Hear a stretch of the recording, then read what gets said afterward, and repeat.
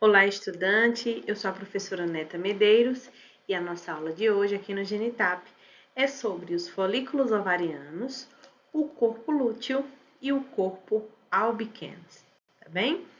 Então, aqui nessa imagem, nós podemos ver ali, né, uma parte dos órgãos internos do sistema urogenital feminino e de forma aproximada nós temos ali um ovário, que é onde essas estruturas, as quais vamos ver na aula de hoje, estão localizadas.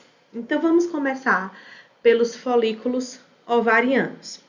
Então, cada ovócito primeiro está envolto por algumas camadas de células de revestimento, que são as células foliculares. Esta união do ovócito primeiro com as células foliculares formam o que a gente chama de folículo ovariano. Esses folículos ovarianos, eles se formam, isso é importante dizer, esses folículos ovarianos, eles se formam ainda na fase embrionária da mulher. Então, como sabemos, os gametas se formam por meiose. No caso dos folículos ovarianos, o ovócito primeiro, ele não termina as fases da meiose. Então, ele para em uma etapa em que essa célula vai ser denominada de ovócito primeiro. Ao nascer, cada mulher vai ter em torno de 500 mil folículos ovarianos em cada ovário. Mas mais da metade desses folículos vai degenerar antes da puberdade, tá bem? Então, é importante que nós saibamos disso. E aqui na imagem, o folículo, ele está representado por essa estrutura aqui, ó, certo? Que eu acabei de circular. Ele também pode ser chamado de folículo primordial, tá bem? E o que é que vai acontecer?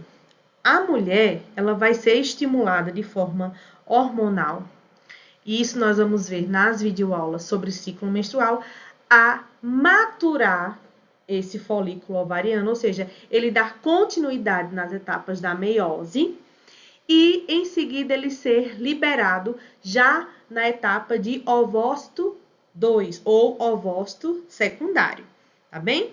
E quando acontece essa liberação, é o fenômeno da ovulação, que está representado aqui, ó. Esse folículo, ele já maturou, o ovócito primeiro já chegou no estágio de ovócito secundário, ovócito segundo, ou ovócito 2, como queiram chamar, tá bem?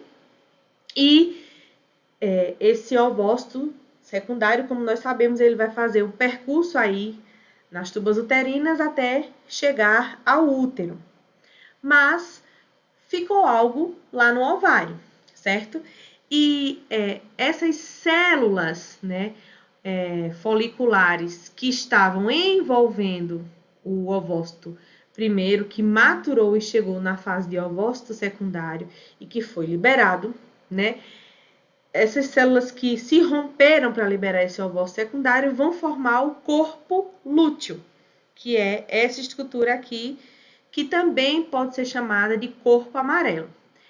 Essa estrutura, ela fica saliente lá na superfície do ovário e vai ter uma cor amarelada, por esse motivo, né, que também pode ser chamada de corpo amarelo, em razão do acúmulo do pigmento luteína, certo?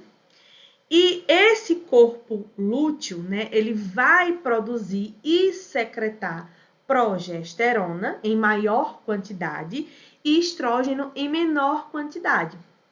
E esses hormônios vão fazer com que lá no útero o endométrio se desenvolva para receber um óvulo fecundado, né? Ou receber o ovócito secundário não fecundado.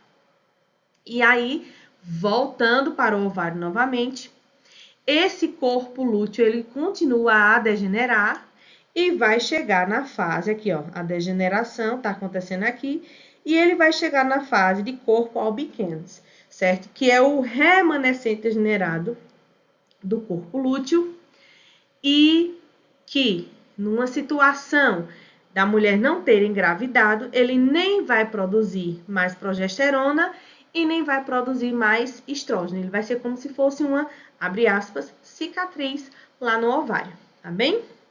E por hoje é só, tá bem? Ciência, saúde e informação, nós nos encontramos no próximo vídeo. Tchauzinho!